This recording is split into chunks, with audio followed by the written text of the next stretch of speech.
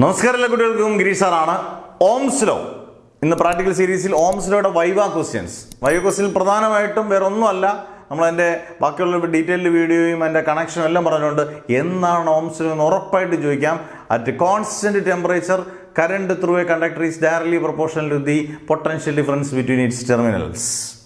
അന്നേരം Ohm's law നിർബന്ധമായിട്ട് ചോദിക്കാം. ഓംസ് ലോ ചെയ്യുന്നതിനോട് ഒരു വൈവ ക്വസ്റ്റ്യൻ എന്താണ് ഓംസ് ലോ എന്ന് ചോദിച്ചില്ലെങ്കിൽ പിന്നെ അത് കാര്യമില്ല. ആർ എന്ന് പറയുന്നത് എന്താണ്? R is equal to V by I ആണ്. ഇക്വേഷൻ അറിഞ്ഞിരിക്കണം. ഇക്വേഷൻ ചോദിക്കാം. R is equal V by I.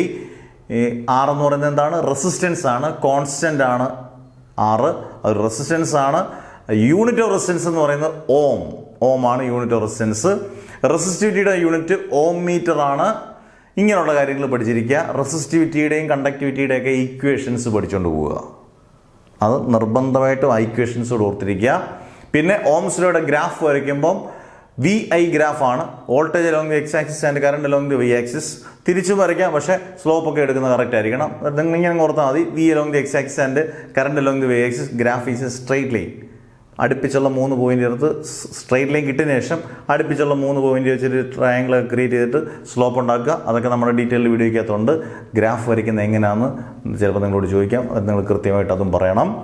അന്നേരം ഓംസ് ലോ എന്താണെന്നും റെസിസ്റ്റൻസ്, റെസിസ്റ്റിവിറ്റി, കണ്ടക്ടിവിറ്റി, കണ്ടക്റ്റൻസ് ഇങ്ങനെയുള്ള കാര്യങ്ങൾ പഠിക്കുക. ഇതിൻ്റെ എല്ലാ യൂണിറ്റുകളും പഠിച്ചുകൊണ്ട് പോവുക.